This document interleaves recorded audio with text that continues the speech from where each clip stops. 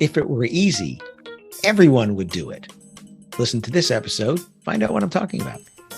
Welcome to another episode of the Wedding Business Solutions Podcast. I'm your host, Alan Berg. I'm a speaker, author, sales trainer, website reviewer, and I help businesses like yours sell more, profit more, and have more fun doing it. Enjoy this episode. Hi, it's Alan Berg. Welcome back to another edition of the Wedding Business Solutions Podcast. I saw this phrase the other day. I think it was on somebody's blog post or an article or something.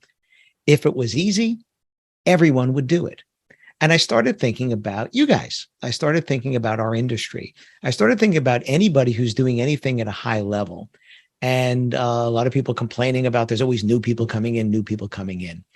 And you know what? The truth is that we were all new once. And it's whether or not we decided to take ourselves to the next level and then the next one, and keep improving ourselves.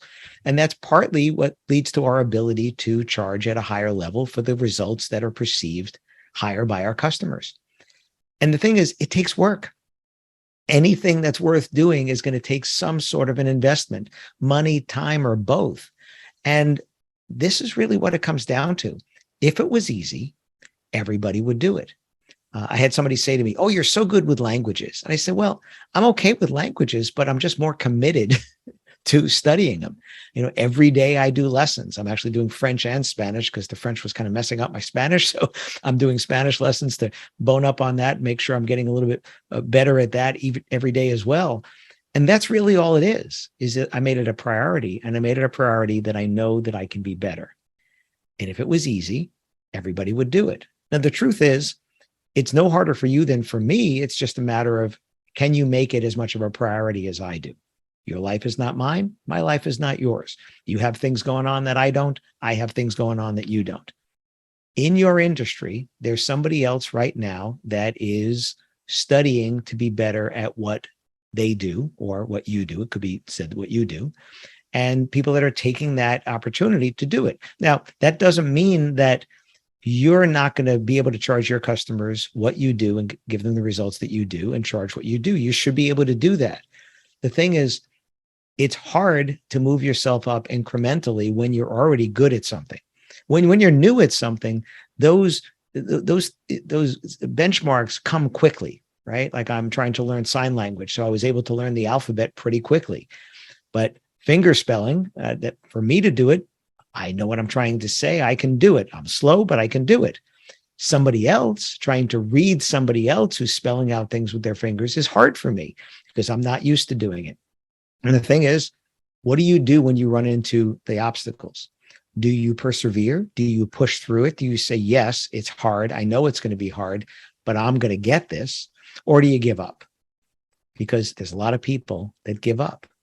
The people that don't are the ones that achieve the higher level. Now, sometimes it's just an achievement for you. Sometimes it's an achievement that leads to different things for your business, the ability for you to charge more because you're providing a higher level result or working with other people that you couldn't work with before because you couldn't provide those kind of results. But remember, if it was easy, everybody would do it. And that's what commoditizes things. That's what makes it so you can't charge more because there's no perceived difference between one thing and another. If it was easy, everybody could do it right from the beginning. There would be no advantage to you for having 5 years, 10 years, 15, 20, 30 years of experience. And just having that experience doesn't make you better. What that experience does is it gives you the opportunity to take that experience and turn it into better results. But I think we know a lot of people that might have been doing the same thing for 10 years, right? But that's it. They're doing the same thing for 10 years. They're not improving. They're just doing what they did. And then you have somebody else who maybe is doing it for a year or 2 or 5, and they're surpassing the kind of results that the other person who's been doing it for 10 years, because that other person wasn't looking to change what they do, to grow what they do, to provide different results. A phrase that you might have heard me say or might have read in one of my books is try to make your own business obsolete before somebody does it for you, right? There's always somebody else who's innovating. Is it you? It's hard. It's hard to be the innovator. It's hard to forge that new path. But that's the point, is that if you want the spoils, you have to go through the fight. You have to do that hard stuff to get to the other side. Because if it was easy, everybody would do it. Now, the truth is, once you've been doing something for a while, it's easier for you, but it's easier for you because you've done the work. And then the question is, are you done or you're trying to improve? I was speaking to somebody today who's newer to speaking, has been doing it for a while, newer to speaking. And I told them some of the things that I do, even at the level that I'm at speaking with all these acronyms after my name and certifications and things, I still watch other people speak and I study the craft of their speaking. Yeah, I want to hear their content, but it's also how you deliver it, because we know it's not just the message, it's the messenger. So I'm listening for the tone of their voice and the rate of speaking. I'm watching their body language. I'm listening for filler words.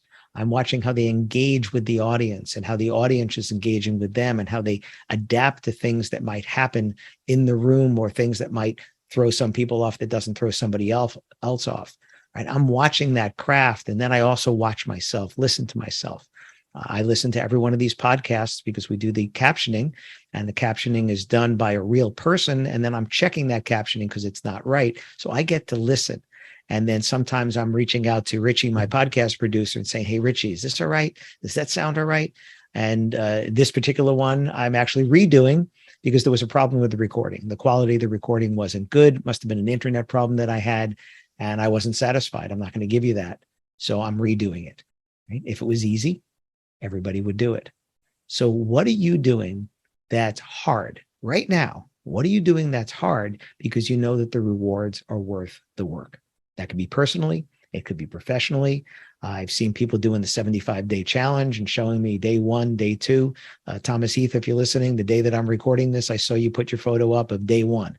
Well, good luck, buddy. I hope you make it through those 75 days, and I want to see the results on the other side. It's going to be hard, but it'll be worth the effort for him.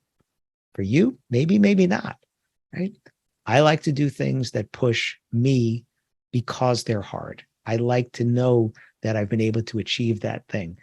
Maybe it's from my martial arts training years ago, doing those things, pushing through and getting to that result on the other side. It's so much more satisfying when you had to work for that than if it came easily to you, right? So if it was easy, everybody would do it. What are you doing right now? What are you doing to push yourself, to improve yourself? What conference are you going to? What books are you reading? What are you doing personally, professionally? If it was easy, everybody would do it. And that's why you should be doing it, because it's not easy and you want to get those rewards. Thanks for listening. Thanks for listening to this episode of the Wedding Business Solutions podcast. If you liked it, please subscribe to this channel and post a review on your chosen platform, Apple Podcasts or whichever one.